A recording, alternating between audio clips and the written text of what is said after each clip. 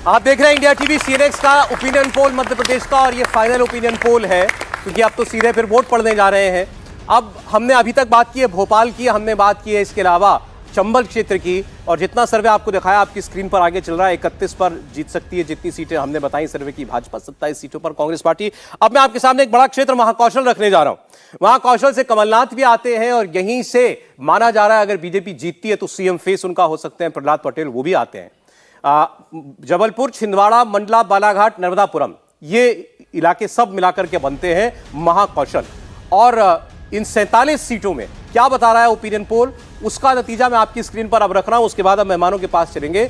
आपकी स्क्रीन पर इन 47 सीटों का सर्वे आने जा रहा है, उसके साथ ऊपर की टैली में 47 सीटें जुड़ जाएंगी। अभी आप देखिए, हमारे मुताबिक इस क्षेत्र में महाकौशल में कांग्रेस पार्टी बिल्कुल स्पष्ट तौर पर बीजेपी से आगे है। 26 सीटें 47 में से कांग्रेस पार्टी जीत सकती है, 19 पर भारतीय जनता पार्टी ठहरती हुई हमको दिखाई दे रही है। अन्य के खाते में 2 सीटें जा सकती हैं। ये ओपिनियन पोल का नतीजा आपको दिखाई दे रहा है। और बीजेपी का ग्राफ 2018 की तुलना में और नीचे आया है, 20 सीटों से घटकर 19 पर बीजेपी आती हुई दिखाई दे रही है। कांग्रेस 26 की 26 पर है, अन्य में 1 सीट ऐड होती हुई दिखाई दे रही है। यानी जहां पर जिस रीजन में कमलनाथ खड़े हैं वो पूरा क्षेत्र मजबूती से कांग्रेस पार्टी के साथ खड़ा हुआ है, यह सर्वे बता रहा है। 105 सीटों का सर्वे आ चुका है। देखिए, कांग्रेस पार्टी बीजेपी से आगे निकल गई, 53 पर कांग्रेस पार्टी, 50 पर भारतीय जनता पार्टी आपको इस वक्त दिखाई दे रही है। आपके सामने नतीजे हैं महाकौशल के। मैं चाहूंगा इस पर प्रतिक्रिया अभय दुबे जी की। अभय जी। हाँ सौरभ जी, जो हम लोगों का मूल्यांकन है उसमें 8 से 9 सीटें इस महाकौशल के क्षेत्र में भारतीय जनता पार्टी को मात्र मिलने जा रही है। स्वाभाविक रूप से महाकौशल से ही मध्य प्रदेश का मुख्यमंत्री होगा, वो मुख्यमंत्री जी होंगे कमलनाथ। अभी शिवम जी वैसे तो दूसरे प्रवक्ताओं से अलग है, थोड़ा अध्ययन करके आते हैं भारतीय जनता पार्टी के, लेकिन मैं पूछना चाहता हूं, जब वो कहते हैं कि 18 सालों में बहुत तरक्की की, पर कैपिटा इनकम 1.5 लाख रुपए हो गई, तो साहब मोदी जी फिर ये क्यों बता रहे हैं कि हिंदुस्तान में सबसे अधिक गरीबी रेखा से नीचे रहने वाले लोग मध्य प्रदेश में 36.37, विश्व का सबसे गरीबी रेखा के नीचे रहने वाला जिला अलीराजपुर पूरे विश्व का, ये मैं नहीं कह रहा हूं, ये मोदी जी की रिपोर्ट, नीति आयोग की रिपोर्ट बता रही है, 71%। आप झाबुआ देखिए 68.86%, बड़वानी 61%। तो सारे आदिवासी क्षेत्र विश्व के सबसे गरीबी रेखा से नीचे रहने वाले। क्यों ऐसा है कि 82 लाख परिवारों को गरीबी रेखा के नीचे के गैस के सिलेंडर दिए, जिसमें से 44 लाख ने तो एक भी नहीं भरवाया उन गैस सिलेंडर। ये हुआ इसलिए क्योंकि आप कल्पना कीजिए कि बच्चों का पोषण, सबसे ज्यादा कुपोषित बच्चे मध्य प्रदेश में, उनके पोषण आहार को बताया कि जिन ट्रकों से लेना बताया, कैग ने पाया कि वो स्कूटी और मोटरसाइकिल के नंबर है। आप कल्पना तो कीजिए, जो बच्चों के पोषण आहार को खा जाए वो सरकार कितनी निकृष्ट और नीचे गिरी हुई। जवाब शिवम त्यागी आपको देंगे, साथ ही जो सर्वे बता रहा है कमलनाथ को नहीं घेर पा रहे हैं आप। देखिए, सबसे पहले तो बात यह है कि महाकौशल की जहां तक बात है, पिछले 3 महीने में भारतीय जनता पार्टी के तमाम नेता वहां पर रहे, लेकिन देश के प्रधानमंत्री भी वहां पर 3 बार गए। इसके अलावा अगर हम लाडली योजना की शुरुआत की बात करें तो वो भी शिवराज जी ने वहीं से शुरू की। अब आते हैं कि इन्होंने कहा कि डेटा तो थोड़ा सा ऐसा है। मैं एक चीज कहना चाहता हूं, हम उस आधार पर वोट मांग रहे हैं कि हमने 20 साल में क्या किया। आप अपने 1.5 साल का बताते क्यों नहीं है? और मैं डेटा में गलत नहीं हो सकता। मैं फिर आपसे अभय जी कहना चाहता हूं, हां मध्य प्रदेश में कहीं ना कहीं परेशानियां रही, लेकिन उस परेशानी का जो आधार है, उसकी जो दिक्कतें हैं, वो सब आप ही की देन है। आप अगर 1.5 साल में ही लाखों करोड़ का घोटाला कर कर ले जाएंगे तो सोचिए आने वाले समय में अगर आपको जनता मौका जो कि नहीं देगी, अगर दे देती तो क्या हाल होता। अब एक और चीज पर आते हैं, बड़ा विषय प्रैक्टिकल है। आपने शुरुआत में एक चीज कही थी कि जनता किसके बातों पर, किसकी वादों पर विश्वास करेगा जी। एक तरफ मोदी जी हैं और एक तरफ राहुल जी। अब यही जनता पूछ लेता हूं, मैं ही पूछ लेता हूं, बताइए किस पर विश्वास करेगा ये देश? किस पर विश्वास करेगा? जोर से बोलिए, अभय जी को सुनने में दिक्कत है थोड़ी। दोनों आवाजें आ रही है मुझे, राहुल गांधी की आवाज भी आ रही है, मोदी जी की आवाज भी आ रही है। मैं वही कहता हूं, राहुल गांधी नरेंद्र मोदी जी के सामने कहीं खड़े ही नहीं होते हैं। ठीक, नारे नहीं, दोनों आवाजें आई। देखिए ना, मोदी जी का नाम सुनते ही तो लोग नारे ही लगाना शुरू कर देते हैं। ये है उनका करिश्मा। और जहां तक बात है कमलनाथ जी की, इन्होंने एक जय वीरू वाली बात और कही थी शुरुआत में। जय वीरू इन्होंने कहा दिग्विजय सिंह जी को और कमलनाथ जी को। आपको पता है अभी क्या हुआ? जैसे ही टिकट डिस्ट्रीब्यूशन हुआ, जय के जो लोग हैं वो वीरू के घर के सामने अभी तंबू गाड़ के बैठ गए थे, लाठियां और लेकर गए थे। वो तो शुक्र है कहीं कमलनाथ जी आसपास दिखाई नहीं दिए, वरना लड़ाई हो जाने वाली थी। मैं एक चीज साफ करना चाहता हूं, विषय बहुत साफ है, इनकी इनफाइटिंग से लेकर तमाम सारे इश्यूज है। भारतीय जनता पार्टी के पास 20 साल का ट्रैक रिकॉर्ड है, हम उसी पर चुनाव में है, अपने डेटा पर चुनाव में है। अभी बैठे तो हुए हैं ना, पिछले 1.5 साल का हिसाब दिया क्या एक बार भी इन्होंने? 1.5 साल तो ये भी रहे ना। अच्छा चलिए ठीक है, आपने ही नहीं बताने के लिए आपने पूछा कि भाई किसकी बातों पर भरोसा करेंगे, मोदी जी की कि राहुल गांधी जी की। ये सवाल था जो हमारे सर्वे के अंदर, उसका नतीजा हम सामने रख देते हैं। किसकी गारंटी पर भरोसा कर रही है मध्य प्रदेश की जनता, ये सवाल था, उसका नतीजा आपके सामने। वैसे तो देखिए जो चुनाव में आएगा वो होगा फाइनल परिणाम, लेकिन सर्वे में जो दिखाई दे रहा है वो आपको दिखाई दे रहा है, आपके सामने रख रहा हूं। स्पष्ट सवाल था, किसके वादों पर भरोसा करेंगे, किसकी गारंटी पर आप यकीन कर रहे हैं।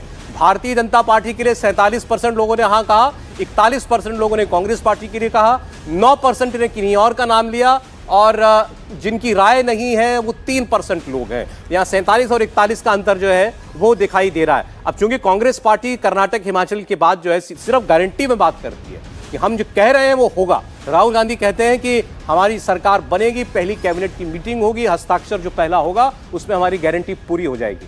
जनता ने सर्वे में बताया कि अभी मोदी की बात पर उनको भरोसा है। कांग्रेस पार्टी यहां भी बहुत पीछे तो नहीं है, लेकिन बीजेपी आगे दिखाई दे रही है। हर्षवर्धन जी, आजकल तो गारंटी की बात होती है सब जगह।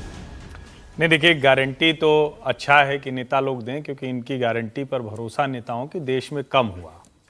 इसीलिए शायद देश ने मिलीजुली सरकारें बनानी शुरू की, क्योंकि उनको लगता था कि एक कोई नेता ऐसा है ही नहीं जिसकी गारंटी, तो ये लोग मिलकर गारंटी देने लगे।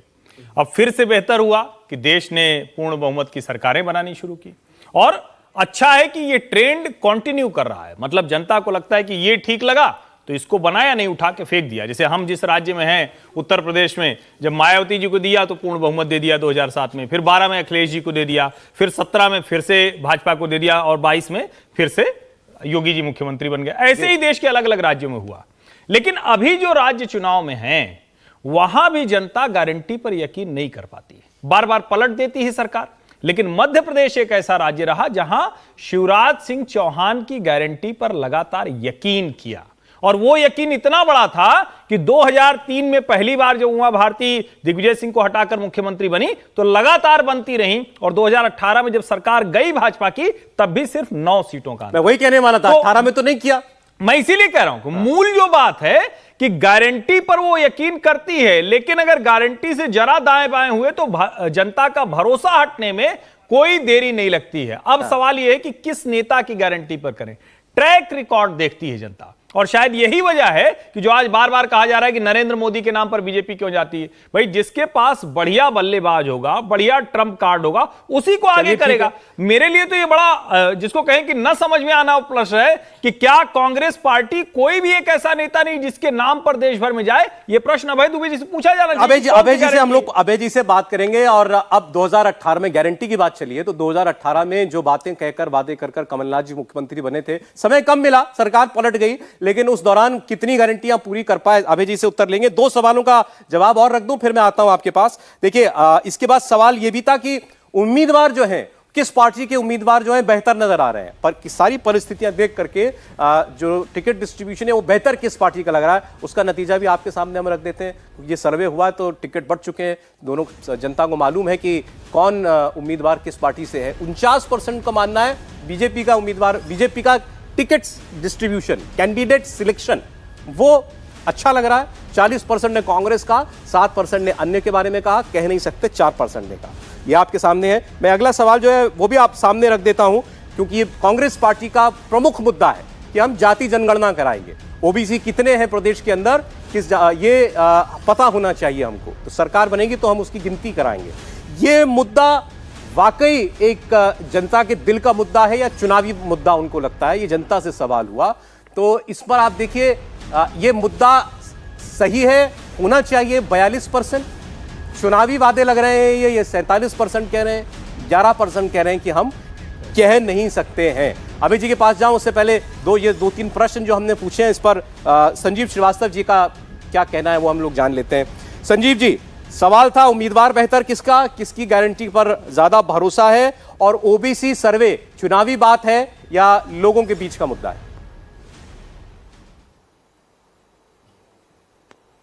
देखिए, एक बात तो हम काफी क्लियरली देख रहे हैं इस सर्वे में, चाहे वो मोदी वर्सेस राहुल गांधी की बात थी कि किसकी गारंटीज पे भरोसा है, चाहे चुनावी मुद्दे, चाहे कैंडिडेट सिलेक्शन, कि आप पिछले कुछ समय से देखिए कि चाहे बीजेपी की इन सर्वेज में बढ़त बनी हुई, लेकिन वो गैप बहुत कम होता जा रहा है अपेक्षाकृत। जो पिछले 2-3 साल का एक ट्रेंड था कि वो गैप बहुत वाइड होता था, मेरे ख्याल से अगर मैंने सही सुना तो आपने मोदी जी पे विश्वास करने वाले और राहुल गांधी जी पे विश्वास करने वाले गारंटीज का 47 और 41% रिस्पेक्टिवली आंकड़ा दिया था।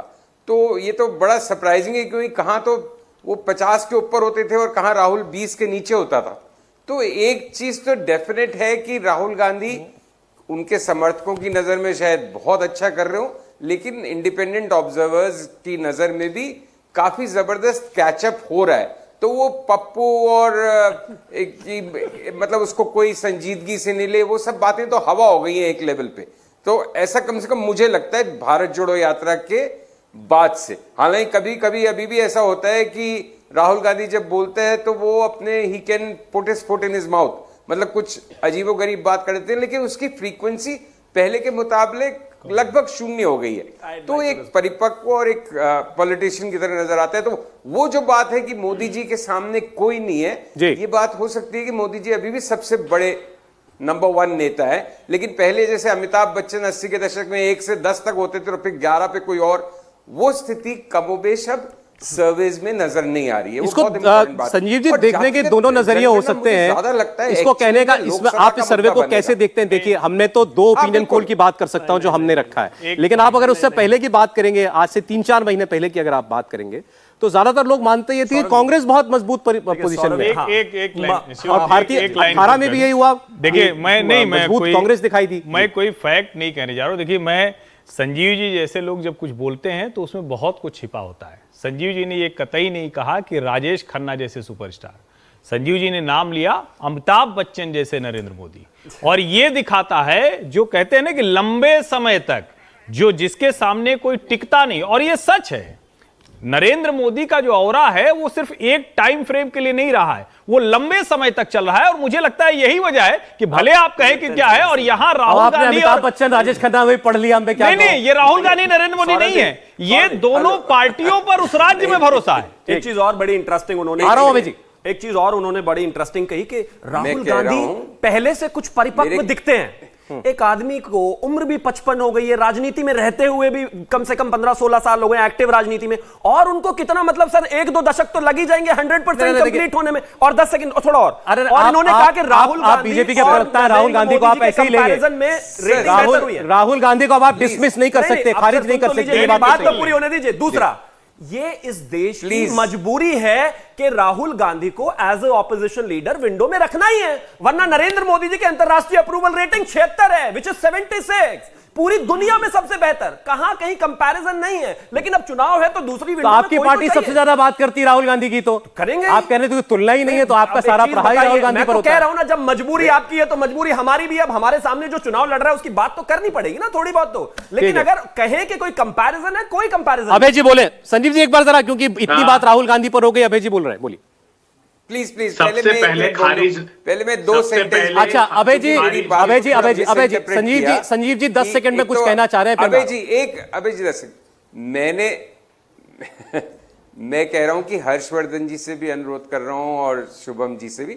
हर्षवर्धन जी, मैंने कहा कि जैसे 80 के दशक में अमिताभ बच्चन से 1 से 10 तक वो थे और फिर आगे कोई नहीं, वो स्थिति बदल चुकी है। वो स्थिति पहले मोदी जी की थी, अब कंपटीशन स्पष्ट रूप से दिख रहा है। अभी भी Modi ji as a national leader की रेटिंग ज्यादा हो राहुल से, लेकिन बहुत जबरदस्त कैचअप हुआ है, मैंने ये कहा। और दूसरी चीज मैंने कहा कुछ परिपक्व नजर आ रहे हैं, ये मेरे शब्द नहीं थे, मैंने कहा था पहले से कहीं ज्यादा परिपक्व हो गए हैं और एक संजीदा पॉलिटिशियन की तरह। अच्छा चलिए, अभय जी भी 6 बजे तक हमारे साथ हैं, उनका सर एक फाइनल कमेंट ले लूं, 6 बजने वाले हैं। इसके बाद मुझे मालवा का क्षेत्र जो है वो सर्वे में क्या बता रहा है बताना है, लेकिन अभय दुबे जी। देख, सबसे पहले खारिज किसने किया नरेंद्र मोदी जी को? राष्ट्रीय स्वयंसेवक संघ के मुखपत्र ऑर्गेनाइजर ने।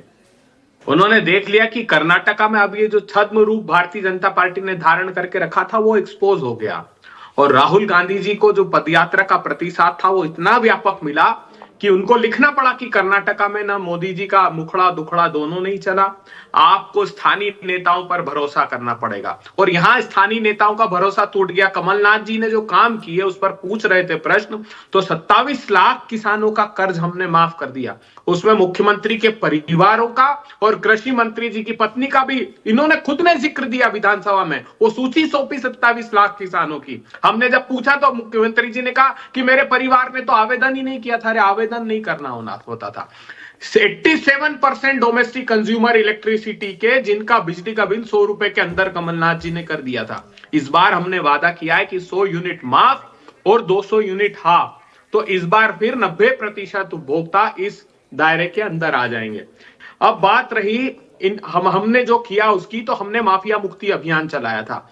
हमने सबसे पहले कार्रवाई की फूड एडल्ट्रेशन पे, रासुकाएं लगाई। जानते क्या करते हैं? देश के गृह मंत्री ने वहां से उस जो एनएसए की हमने एक्शन लिया था उसमें एग्जम्पशन स्टार्ट कर दिए, वहां माफी दे दी कि मिलावट करता करने दो, लेकिन भाजपा का नेता है, हम छोड़ने वाले नहीं है। कमलनाथ जी ने फिर कहा है कि 1ली से 12वीं तक जो स्कूली बच्चे हैं उनको 500 से 1500 रुपए महीना देंगे, बेटियों को 1500 रुपए महीना देंगे, गैस का सिलेंडर 500 रुपए में कर देंगे। हमने कहा है किसानों की 5 हॉर्स पावर की मोटर हम मुफ्त में देंगे। हमने उद्योगों के लिए, आप आश्चर्यचकित रह जाएंगे, 15 महीने की सरकार में इंडिया का सबसे बड़ा फार्मास्यूटिकल हब मध्य प्रदेश। अभिजीत 6 बज गए, मजबूरी मुझे आपको रोकना पड़ेगा, माफी चाहता हूं। आपने बताया कि हमको भले ही 15 महीने मिले हो, लेकिन जो वादा किया था पूरा किया, तो जनता उस पूरे हुए वादे को देखेगी और 20 साल से भाजपा की सरकार है उसको बदलेगी। ये कांग्रेस पार्टी का दावा है। अब देखें अगला जो क्षेत्र है, बड़ा क्षेत्र है, ये भी उसकी बात मैं करने जा रहा हूं। पहले अभी तक के सर्वे पर नजर डाल लीजिए। 230 में से 105 सीटें भारतीय जनता पार्टी को 50 और कांग्रेस पार्टी को 53 सीट हासिल हो सकती हैं इन 105 में से। ये इंडिया टीवी सीएनएक्स का सर्वे आपको बता रहा है मतदान से कुछ दिन पहले तक।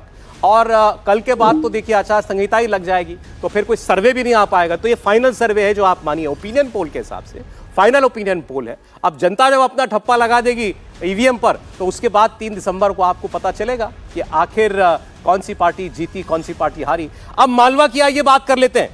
मालवा में 46 सीटें आती हैं।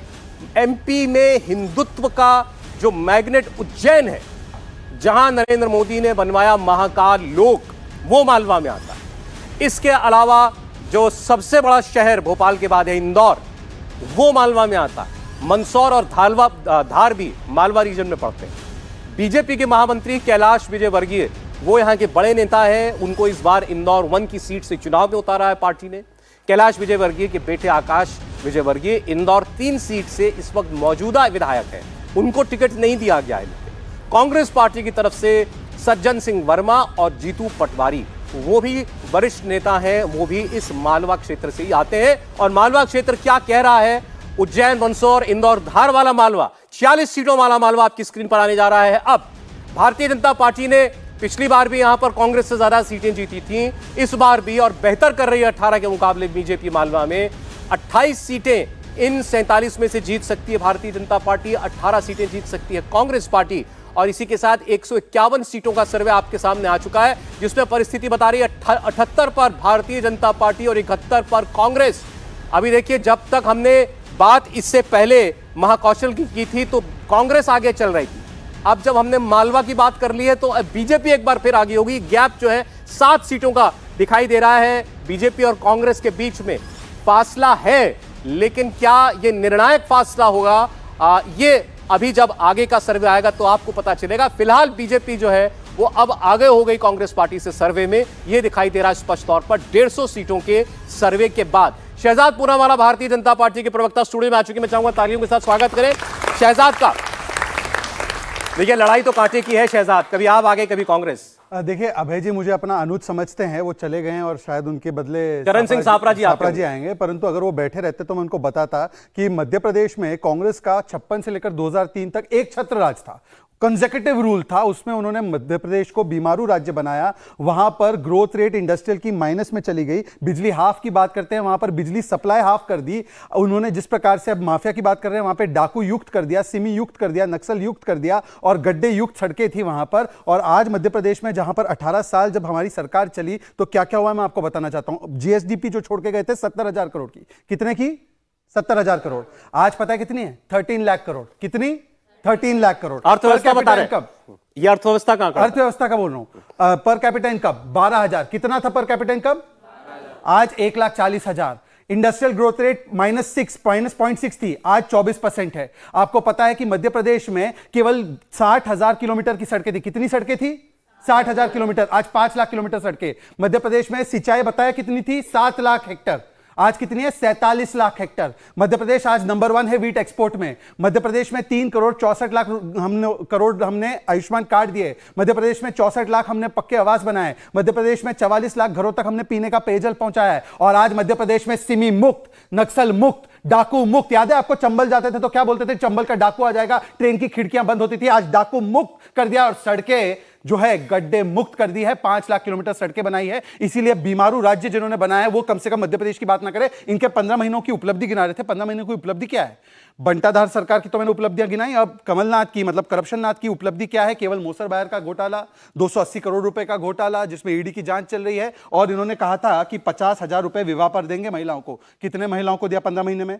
उन्होंने कहा था महिलाओं की कर्ज माफी करेंगे। कितने महिलाओं की कर्ज माफी की? किसानों की कर्ज माफी अभी बोल कर गए ना, 27 लाख किसान, 2-2, 3-3 रुपए की किसानों की कर्ज माफी की है। ये किसान की कर्ज माफी है। और राजस्थान में भी नहीं किया। बेरोजगारी भत्ता 4,000 रुपए देंगे। कितने बेरोजगारों को दिया? इसीलिए मुझे लगता है कि कम से कम अभय जी तो खुद मध्य प्रदेश से है, वो बैठे रहते तो उनसे बात कर लेता। अब मुझे चरणजीत सापरा ये बता दे, इनको तो मध्य प्रदेश का इतना नहीं पता होगा, परंतु ये बता दे कि राजस्थान में इन्होंने वादा किया था किसानों की कर्ज माफी का। 19,400 किसानों के जमीन को नीलाम कर दिया गया। हिमाचल में वादा किया था 1,500 रुपए प्रति महिला। कितनी महिलाओं को मिला? हिमाचल में वादा किया था 200 यूनिट फ्री देंगे, वहां पर 22 पैसे बिजली के बढ़ा दिए। हिमाचल में वादा किया था महंगाई कम करेंगे, 6 रुपए डीजल के बढ़ा दिए। इसीलिए मैं अच्छा ठीक है, शहजाद पूनावाला साहब पूरा जवाब सापरा साहब भी आपको देंगे। जरा कांग्रेस पार्टी से चरणजीत सिंह सापरा साहब है, जोरदार तालियां पहली बार तालियां काम के लिए बज रही है।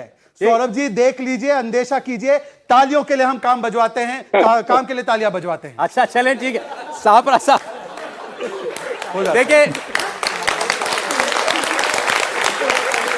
एमपी का चुनाव तो कांटे का है।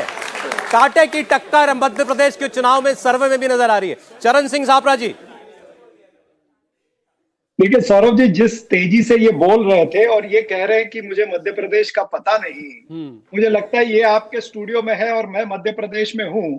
पिछले 25 दिनों से मैं यही हूँ मध्य प्रदेश में। शहजाद जी, आपको थोड़ा दुरुस्त करता हूँ, आपसे ज्यादा नॉलेज रखता हूँ। और जितने भी काम आपने गिनाए हैं ना, उसका वर्णन अगर एक लाइन में कर दूं ना, तो वो होगा झूठ और जुमलों की दुकान, ऊंची दुकान, फीके पकवान। ये धरातल की बात आपको बता रहा हूँ कि जितनी बातें आप कर रहे हैं ना, ये धरातल पर जनता जो है ना, वो समझ रही है ये सारी चीजें कि आप किस तरह से झूठ और जुमले बोलते हो। इसलिए ऊंची दुकान, फीके पकवान। और आपके जो भारतीय जनता पार्टी जो है वो मात्र अभी भाषण और विज्ञापन में रह गई है। अब विज्ञापन में आप नजर आते हो, लेकिन धरातल के ऊपर जनता परेशान है, क्योंकि आपके 50% की जो कमीशन खोरी थी ना, वो जनता की जेब तक भी पहुंची है। उसका इंपैक्ट जनता को भी हुआ है। जनता जो है आपकी 50% कमीशन खोरी, ये कमीशन खोरी के साथ जो चोरी हुई है, जो सीना जोरी हुई है, ये धरातल के मुद्दे हैं। आज मध्य प्रदेश के अंदर महंगाई क्यों नहीं कम हुई? आज यहाँ पर बेरोजगारी क्यों नहीं कम हुई? क्यों आदिवासियों का यहाँ पर अत्याचार होता है? क्यों दलितों पर पेशाब किया जाता है? ये तमाम सारे मुद्दे क्यों बनते हैं? क्यों महिला पर अत्याचार होता है? उज्जैन की वो बच्ची को भूल गए, जो बच्ची घूमती रही वहां पर 3-4 घंटे, और उसके बाद में आपकी सरकार ने क्या मुआवजा दिया पता है? पहले तो झूठ बोला कि ये सतना की नहीं है, ये कहीं उत्तर प्रदेश से आई हुई भिखारी है, और फिर आपने मुआवजा 1,500 रुपया दिया है मात्र उस बच्ची को। तो ये जो आपके मुंह में महिला का सम्मान और बगल में अपमान, ये जो तमाम सारी चीजें हैं, ये जनता के धरातल के मुद्दे हैं। जो ठीक है साहब, जोर से बातें करती रहे, लेकिन जनता इसको मानने नहीं वाली है। अच्छा ठीक है सर, देखिए अब मालवा की बात की तो मालवा के साथ साथ निमाड़ हमेशा आता है। निमाड़ की 28 सीटें हैं, वो भी मैं रख देता हूं, फिर आगे चर्चा हम लोग करेंगे। मालवा के बाद निमाड़ में रतलाम, देवास, खरगोन, खंडवा और बैतूल ये इलाके आते हैं, ये निमाड़ का हिस्सा है। मध्य प्रदेश में कहा जाता है कि जो मालवा के साथ निमाड़ जीतता है, मध्य प्रदेश में उसी का राज तिलक होता है। 2018 में कांग्रेस ने यहां पर जबरदस्त बढ़त बनाई थी और प्रदेश में कांग्रेस पार्टी की सरकार भी बन गई थी। कांग्रेस के लिए अरुण यादव, कांतिलाल भूरिया निमाड़ के बड़े नेता हैं। शिवराज सिंह चौहान सरकार के वन मंत्री कुंवर विजय शाह इसी इलाके से आते हैं। तो 28 सीटों वाला निमाड़ क्या कह रहा है वो आपके सामने हम रख देते हैं। निमाड़ की 28 सीटों का सर्वे आपकी स्क्रीन पर आ चुका है। कांग्रेस पार्टी यहां पर आगे दिखाई दे रही है, 15 सीटें कांग्रेस पार्टी को मिलती हुई दिखती है, 12 पर भारतीय जनता पार्टी और 1 सीट जो है वो अन्य के खाते में जाती हुई हमें दिखाई दे रही है। इसी के साथ 179 सीटों का सर्वे आ चुका है, 179। और आप देखिएगा बीजेपी और कांग्रेस कहां खड़े हैं, 4 सीटों के अंतर पर मात्र भारतीय जनता पार्टी 90, 86 पर कांग्रेस पार्टी जीत सकती है। यह अभी तक का ओपिनियन पोल निमाड़ की बात करने के बाद आपके सामने है 179 सीटों का सर्वे। मालवा निमाड़ की बात, हर्षवर्धन जी, मालवा बीजेपी के साथ दिख रहा है, निमाड़ कांग्रेस के साथ दिख रहा है। देखिए मालवा निमाड़, जैसा कि आपने कहा कि यहाँ अगर जीत हासिल हो गई तो फिर एमपी फतह। और पिछली बार जो भारतीय जनता पार्टी का संकट भी बढ़ा वो दो, एक तरह से कहें मालवा निमाड़ और ग्वालियर चंबल था। तो ग्वालियर चंबल तो ज्योतिरादित्य जी लेकर आ गए, उसने मुश्किल कर दी।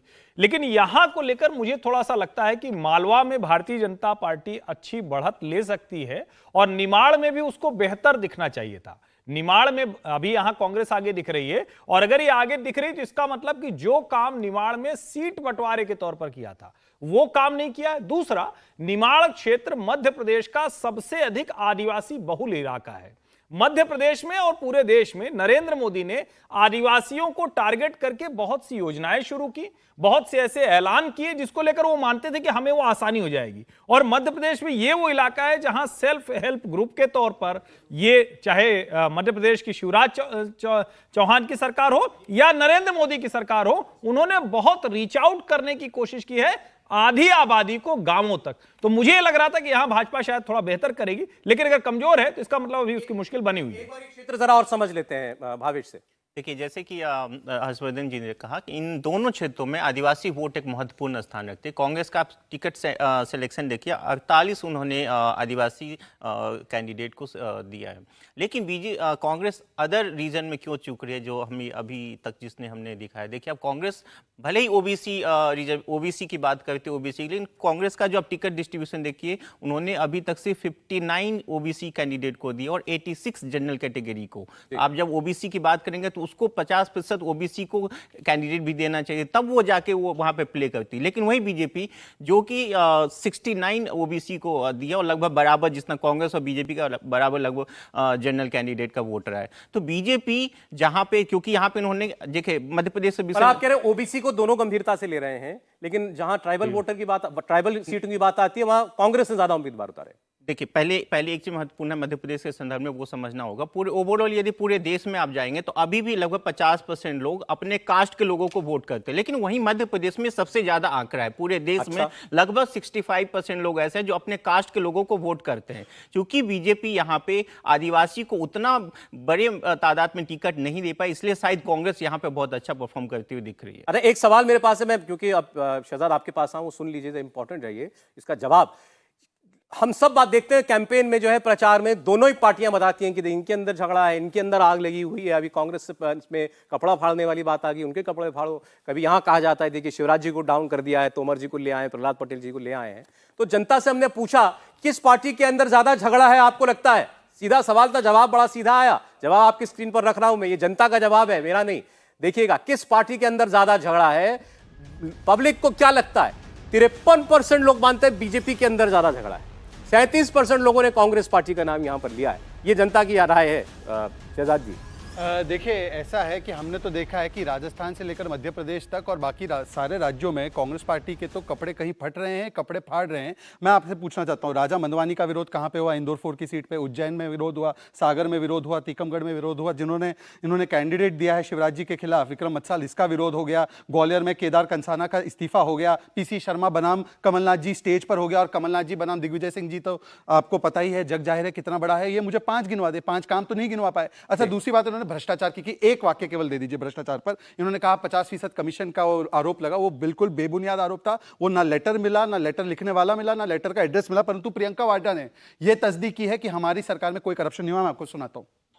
जिस तरह से घोटाले पे घोटाला होता जा रहा है, जिसकी बड़ी लंबी लिस्ट है यहाँ मेरे पास, निकालते हूँ, निकाल रही है, इतनी लंबी है कि इतने सारे याद भी नहीं रह पाते, नहीं याद रहते जी। निकाल के बाद मैं बताऊंगी। अरे उनका कागज खो गया। बताइए आगे, अब बताइए कि कांग्रेस के पास लिस्ट ही नहीं है, हमारा भ्रष्टाचारी ने, प्रियंका जी ने मान लिया है, प्रियंका जी मान गई है।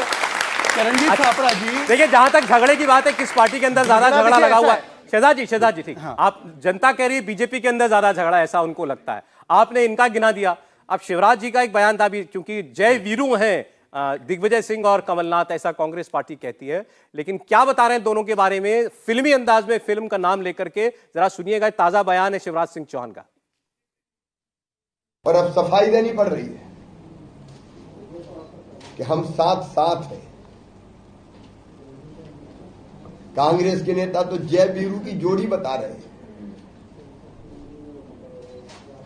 अब ये जोड़ी जय वीरू की जोड़ी नहीं है। एक फिल्म आई थी मेरे अपने, जिसमें श्याम और छेनू की जोड़ी थी, और दोनों अपने अपने मोहल्ले पे कब्जे के लिए लड़ते थे।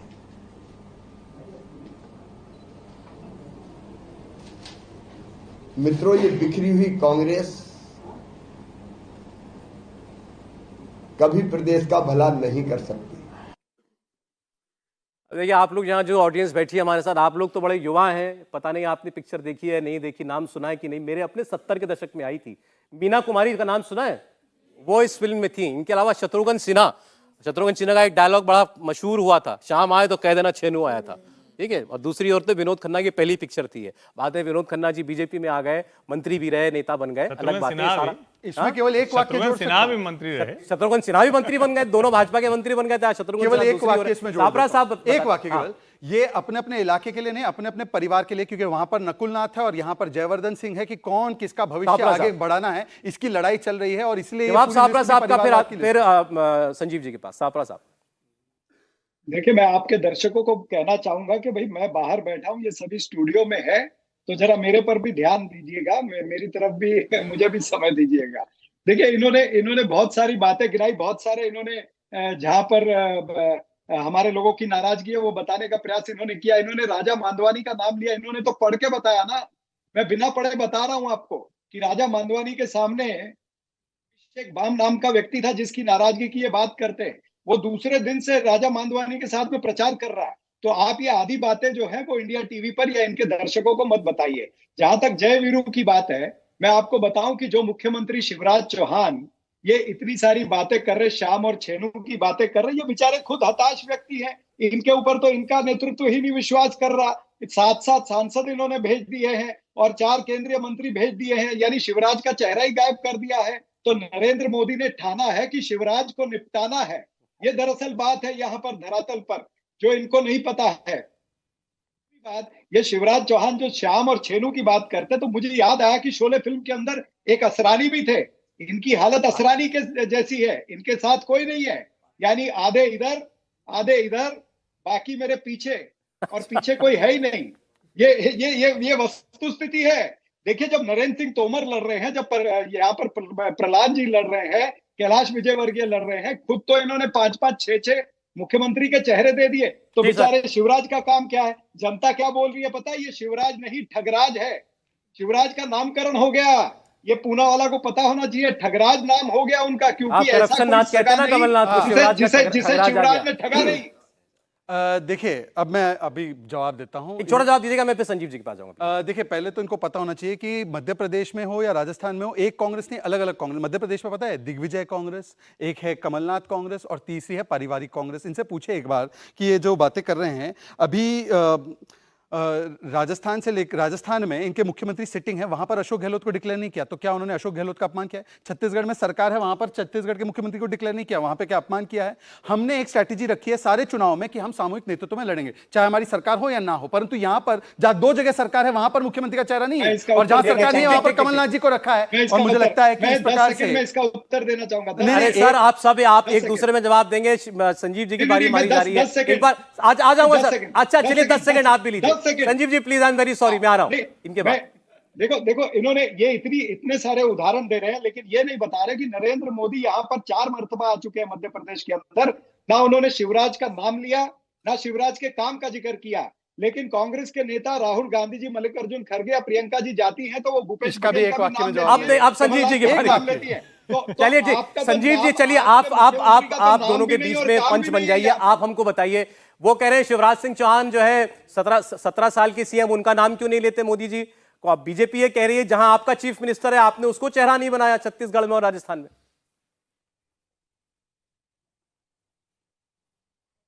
देखिए, इसमें एक तो बड़ा मजा आता है ये सब नारे और जुमले सुनने में, और जो कॉइन होते हैं, स्लोगन, जैसे अभी छपरा साहब बता रहे थे शिवराज के बारे में, ये सब भारतीय चुनावों का एक जो उत्सव है, आनंद है, उसके अंदर इस तरह कभी कभी थोड़ा बिलो द बेल्ट भी होते हैं, लेकिन उनको उसी संदर्भ में लेना चाहिए कि एक कैसे जबान पर चढ़े लोगों के उस तरह के जुमले। देखिए, इस केस में थोड़ा फर्क है, मैं शहजाद से डिसएग्री होता हूँ।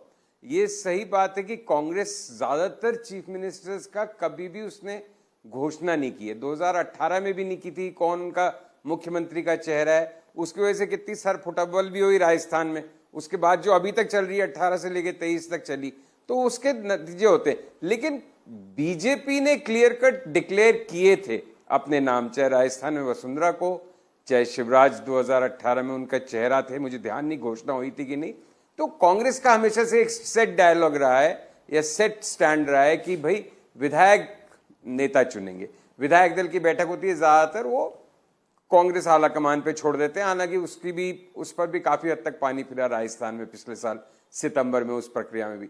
लेकिन फर्क है, जैसे छपरा साहब कह रहे हैं कि कम से कम बहुत उन्मुख भाव से नाम लेके प्रशंसा की जाती है, चाहे अंदर मन का भाव कुछ भी हो।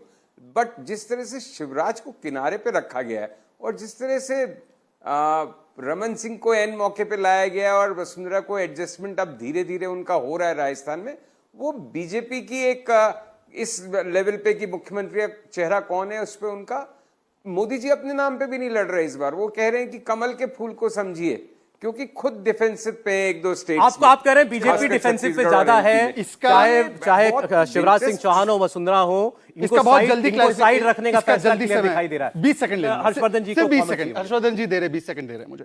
देखिए, मैं आप खुद ही दे दिया उनके लिए तय कर दीजिए। सुनिए, ऐसा है, पहले तो संजीव जी मुझसे उम्र में, अनुभव में दोनों ज्यादा है। उनको याद होगा असम के मुख्यमंत्री का, तरुण गोगोई का, घोषणा करके चुनाव लड़ा था कांग्रेस ने, तो ऐसा नहीं कि वो नहीं करते। दूसरी बात, यहां पर जहां मुख्यमंत्री नहीं है वहां पर तो घोषणा कर दी, और अशोक गहलोत का नहीं किया। ये कहते कि मोदी जी गए, 4 बार गए, नाम नहीं लिया। नाम नहीं लिया मोदी जी ने नाम नहीं लिया, शिवराज के काम गिनवाए, क्योंकि शिवराज नहीं, ये रामराज है, इसीलिए काम गिनवाते हैं हम लोग। और दूसरी बात मैं आपसे पूछना चाहता हूं, आप तो वहां पहुंच गए जब पार्टी में नहीं पहुंची आपकी। सुनिए ना राहुल, एक सेकंड, अरे प्लीज एक सेकंड। राहुल जी तो अशोक गहलोत जी के यहां जा भी नहीं रहे हैं, उल्टा इलेक्शन कमीशन के मीटिंग के दौरान उन दोनों के आपसी झगड़े हुए हैं, यह रिपोर्ट भी हो चुका है। तो बताइए, राहुल जी तो अशोक गहलोत को मान भी नहीं रहे, बताइए। बीजेपी कांग्रेस के जो मुख्यमंत्री हैं, किसके गले की फांस बने हुए हैं दोनों पार्टियों के लिए?